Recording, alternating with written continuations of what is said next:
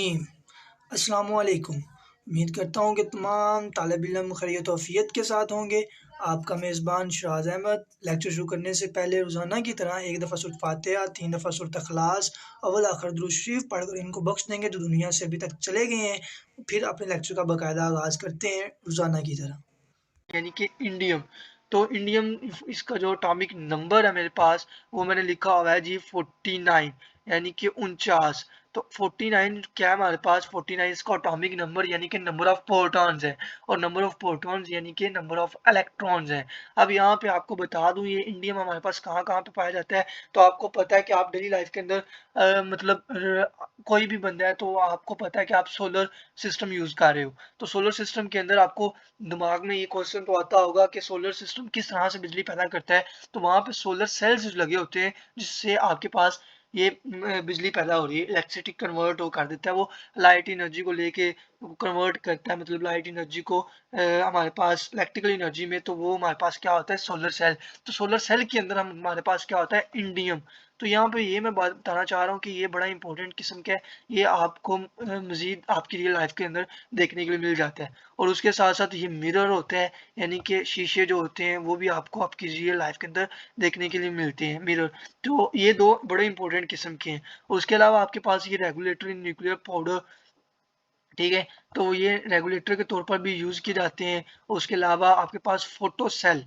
अब ये जो फोटो सेल का कॉन्सेप्ट है ये आपके पास थोड़ा बहुत आपको 9th क्लास से पहले 8th क्लास के अंदर बताया गया है कि फोटो सेल का। और उसके अलावा जब आप पार्ट 2 के अंदर जाते हो यानी कि एफएससी पार्ट 2 के अंदर वहां पर आपके पास फोटो सेल का कॉन्सेप्ट एक अच्छे तरीके के साथ बिल्ड किया गया है। अब उसके साथ साथ ट्रांजिस्टर के बारे में भी वहां पर आपका फिजिक्स की बुक के अंदर अच्छे तरीके के साथ एक अच्छा कॉन्सेप्ट दिया हुआ है। ठीक है, तो यहाँ पे अगर ट्रांजिस्टर फोटोसेल के ऊपर बात करेंगे तो लेक्चर बहुत ज्यादा लंबा हो जाएगा, तो ये अच्छी बात नहीं होगी। डैट्स तो यहाँ पे मैं ट्रांजिस्टर के और फोटोसेल के ऊपर बात नहीं कर रहा। तो ये आप अपने टीचर यानी कि जो स्कूल में आपको पढ़ा रहे हैं आप उनसे सीख सकते हैं। ठीक है, उनसे क्वेश्चन कर सकते हैं ट्रांजिस्टर क्या होता है, फोटोसेल क्या होता है। ठीक है, अब मजीद नीचे चलें तो आपको यहाँ पे पता चल रहा है कि दूसरे नंबर पे ब्लड एंड लंग रिसर्च के लिए यानी कि आपके पास ये क्या होता है जो आपके ब्लड्स होते हैं यानी कि आपका खून होता है और उनके अलावा आपकी लंग्स की रिसर्च के लिए भी यूजअप किया जाता है। क्या यूजअप किया जाता है यहाँ पे मैं ऊपर मजीद आपको जाके दिखा दूं कि आपके पास इंडियम यानी कि आई एंड यानी कि इंडियम आपके पास यूज किया जाता है। अब आपको नजर आ रहा होगा इंडियम। ठीक है, तो यहाँ पे इसका जो एटॉमिक नंबर था वो 49 था। और अब जो इसका मास नंबर है वो मैं आपको बताने लगा हूँ कि इसका मास नंबर क्या है। अब इसका जो मास नंबर है वो है 114.82। ठीक है, तो 114.82 इसका क्या है जी मास नंबर। तो इसका जो मास नंबर है 114.82 है यानी कि number of protons and number of neutrons. और उसके अलावा जो आपके पास आ रहा है उसके अलावा जो इसकी आपके पास इलेक्ट्रॉनिक कन्फिग्रेशन है वो आपको नजर आ रही होगी कि ये इलेक्ट्रॉनिक कन्फिग्रेशन इसकी दी हुई है, ये क्रिप्टॉन है। ठीक है, ये क्रिप्टॉन को आपने लेना है और क्रिप्टॉन के अलावा आपके पास यहाँ पे 4D लगा देना आपने, 4D10 F5s2 5p1। तो इस तरीके के साथ आपके पास इसकी इलेक्ट्रॉनिक कन्फिग्रेशन हो जाती है। अब मजीद नीचे चलते हैं क्योंकि लेक्चर लंबा हो जा रहा है तो जल्दी जल्दी रिमाइंड अप करते हैं। ठीक है, तो यहाँ पे जो हमारे पास आ रहा है हमारा जो एलिमेंट है वो है थैलियम। तो थैलियम के अंदर क्या होता है, ये हमारा लास्ट वाला मतलब आ रहा है हमारे पास। तो थैलियम क्या होता है 81। इसका जो हमारे पास आता है जी जो हमारे पास होता है इसका जो इसका एटॉमिक नंबर होता है वो है 81 यानी कि 81। ठीक है, तो 81 आपके पास इसको एटॉमिक नंबर यानी कि नंबर ऑफ प्रोटॉन, इसकी नंबर ऑफ इलेक्ट्रॉन भी कह सकते हैं, एटॉमिक नंबर कह सकते हैं, नंबर ऑफ प्रोटॉन कह सकते हैं, एक ही बात होगी। तो एटॉमिक नंबर जो है वो 81 है। और उसके अलावा आपके पास क्या है, आपके पास ये कहाँ कहाँ पे यूज किया जा रहा है ये मैं आपको बता दूं। एक तो ये थर्मोमीटर के अंदर यूज किया जाता है। ठीक है, थर्मोमीटर के बाद ये इंफ्रारेड डिटेक्टर्स में यूज किया जाता है। ठीक है, तो ये आपको नजर आ रहा होगा अच्छे तरीके के साथ, ये थर्मोमीटर में यूज किया जा रहा है। थर्मोमीटर के बाद आपके पास इंफ्रारेड डिटेक्टर्स में यूज किया जाता है। और एट द एंड आपके पास ये कहाँ पे यूज किया जाता है हार्ट मसल्स की रिसर्च के लिए यानी कि हार्ट को सर्च करने के लिए। हार्ट अगर किसी को हार्ट अटैक होता है तो उसके मसल्स आपको रिसर्च करने के लिए कहाँ पे अटैक हुआ तो वो हम किसको यूज करते हैं थैलियम को। तो इसका जो मास नंबर है वो क्या हमारे पास वो है 204 ठीक है, 204.083, ठीक है, तो वो हमारे पास होता है। और उसके अलावा हम इंसेक्टिसाइड के लिए भी यूज करते हैं, सॉरी ये इंसेक्टिसाइड मैं भूल गया था, तो ये इंसेक्टिसाइड के लिए भी इसे आप यूज करते हो, इंसेक्टिसाइड के लिए भी इसे आप यूज करते हो। तो इंसेक्टिसाइड क्या होता है आपको पता है, जैसे फंजीसाइड होते हैं यानी कि फंजाई को रिमूव करने के लिए, ऐसे ही इंसेक्टिसाइड यानी कि इंसेक्ट को रिमूव करने के लिए इंसेक्टिसाइड होते हैं। तो ये इंसेक्टिसाइड यानी कि फर्टिलाइजर के तौर पर यूज किए जाते हैं। तो यहाँ पे जो थैलियम होता है उसे इंसेक्टिसाइड के तौर पर भी यूज किए जाते हैं। तो आपकी रियल लाइफ के अंदर इंसेक्टिसाइड आपको देखने के लिए मिल जाता है कि इंसेक्टिसाइड कैसे होते हैं।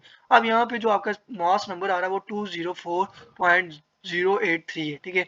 तो इसकी जो इलेक्ट्रॉनिक कन्फिगरेशन है वो जी एक्स ई है यानी कि जी नोन, और 4F14 है। और उसके यहाँ पे जो आपके पास इलेक्ट्रॉनिक कन्फिग्रेशन आ रही है वो क्या है जी, Xenon 4F15 और 5D16 6S2 6P1। तो उम्मीद करता हूँ कि इसकी समझ आ गई होगी। अगर फिर भी किसी का किसी किस्म का कोई क्वेश्चन हो तो वो मुझसे डिस्कस कर सकता है। मैं उसका मतलब आप कमेंट करें, इंशाल्लाह मैं उसका रिप्लाई करूंगा, ठीक है।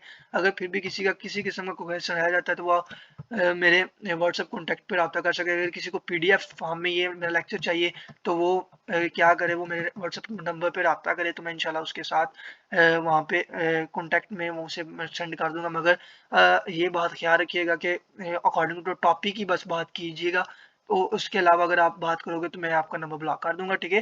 तो यहाँ पे आपके पास मैंने लिखा हुआ है, मैंने आपको बताया था कि ये जो आपके पास आती है बोरॉन, एक है नॉन मेटल। तो यहाँ पे ये मैं बता दूं, ये मैं आपका कलर आपको नजर आ रहा होगा कि बोरॉन का कलर क्या है। तो ये बोरॉन के कलर के मुताबिक ये हमारे पास नॉन मेटल्स हैं, ठीक है। और उसके अलावा आज हमने पढ़ा है एल्युमिनियम, गैलियम, इंडियम, थैलियम, ठीक है। तो उसके मुताबिक जो उनका कलर आ रहा है उसके मुताबिक आपको नजर आ रहा होगा कि वो क्या है, मेटल्स हैं। तो मैंने पहले बताया था जो गैलियम है वो आपको कार्स में रॉकेट्स बनाने में यूज किया जाता है, तो इस वजह से ये मेटल्स है, ठीक है। तो यहाँ पे नॉन मेटल्स और मेटल्स के बारे में भी बता दिया। अब इसकी एब्रीवेशन की तरफ चलते हैं, इसकी एब्रीवेशन क्या है, ठीक है। तो इसकी एब्रीवेशन मैंने आपको कहा था कि एब्रीवेशन क्या होती है, इसे याद रखने का एक अच्छा तरीका होता है, एक मेथड होता है। तो वो मेथड के ऊपर बात करते हैं। अब इसका जो मैंने एक सिंपल सा बनाया हुआ है वो ये है कि यहाँ पे आपको नजर आएगा भाई अली, भाई अली गए इंडिया, ठीक है। भाई अली गए इंडिया थाईलैंड। तो यहाँ पे मैं उर्दू में भी लिख के दिखा देता हूँ बच्चों को, ताकि इसे याद करने में आसानी रह सके, ठीक है। तो यहाँ पे इसका कलर वही कर लेते हैं जो हमारे पास होता है, और थोड़ा सा इसका साइज इंक्रीज कर लेते हैं ताकि सभी को अच्छे तरीके के साथ नजर आ सके, ठीक है। तो यहाँ पे इसे मजीद इस तरफ ले आते हैं और यहाँ पे लिखते हैं जी उर्दू में भी, ताकि बच्चों के लिए आसानी हो। भाई अली गए, भाई अली गए इंडिया, भाई अली गए इंडिया थाईलैंड, ठीक है। तो यहाँ पे मैंने लिख दिया है। तो अगर किसी का फिर भी किसी किस्म का इस तरह से मतलब आपका क्वेश्चन बनता तो नहीं है, मगर फिर भी अगर आपको समझ नहीं आई तो आप मुझे कमेंट करें, ठीक है। तो इंशाल्लाह मैं आपका रिप्लाई करूंगा। एक और मैंने इसका ऑब्जर्वेशन प्रिपेयर किया हुआ है। अब यहाँ पे मैं आपको एक और मजीद बात सिखाता जाऊंगा। तो यहाँ पे ये जो बी है इसका मतलब यानी कि बोरोन है, ठीक है। एल्यूमिनियम, एल का मतलब यानी कि एल्यूमिनियम है। उसके बाद जी ए का मतलब यानी कि गैलियम है, और आई एन का मतलब यानी कि इंडियम है, और एट द एंड आपके पास टी एच आ रहा है तो इसका मतलब है थैलियम। तो ये इस तरीके के साथ आपने ये डेवलप कर लेना, यानी कि भाई अली गए इंडिया थाईलैंड। तो बी से आपके पास बोरोन आ रहा है, ए एल से अल्मुनियम आ रहा है, जी ए से गैलियम आ रहा है, आई एन से आपके पास इंडियम आ रहा है, और टी एच से आपके पास थैलियम आ रहा है। और अब एक और मैं आपको बता दूं इसकी एब्रीवेशन क्या है, वो मैं आपको, वो बड़ी सिंपल सी है, और अगर आप वो याद करोगे तो वो मेरे ख्याल से बेहतर रहेगी, इससे बेहतर नहीं होगी तो वो भी बेहतर होगी वैसे। वो क्या है, वो क्या है जी, सुन भाई आलू गंडे ते ना दे, ठीक है। तो यहाँ पे मैं लिख के दिखा देता हूँ, सुन, यहाँ पे पहले उर्दू में इंग्लिश में कर लेते हैं, ठीक है। जैसे पहले किया, सुन भाई आलू गंडे एंज ते ना दे, ठीक है। तो यहाँ पे मैं उर्दू में लिख देता हूँ, ये देख लीजिएगा जी, सुन भाई आलू गंडे एंज सॉरी फॉर दिस ते ना दे। ठीक है, तो अब यहाँ पे भी मैं आपको बता दूं ये किस तरह से हमने डेवलप की है। तो यहाँ पे इसका थोड़ा सा साइज कम कर लेते ताकि अच्छे तरीके के साथ दिखाई दे और समझ भी आए। अब यहाँ पे आपके पास आ रहा है कि सुन भाई आलू गंडे इंज तना दे। ठीक है, तो यहाँ पे जो आपके पास फर्स्ट वन आ रहा है ये बी, तो ये बी से मतलब आपके पास क्या आ रहा है बोरोन, और उसके बाद आपके पास आ रहा है ए एल, तो ए एल यानी कि एल्युमिनियम। उसके बाद आ रहा है जी जी, तो जी का मतलब है आपके पास गैलियम, और उसके बाद आ रहा है आपके पास, ठीक है, इंज जो ये आई है ना ये आपने शुरू पे ले आना। ठीक है, तो यहाँ पे मैं आपको करके भी दिखा देता हूँ शुरू पे कैसे लेके आना आपने। ये इस तरह से करना है आपने, ये थोड़ा सा मिस्टेक हो गया जिस वजह से ना मतलब यहाँ पे ये इस तरीके के साथ अब यहाँ पे हो गया ठीक।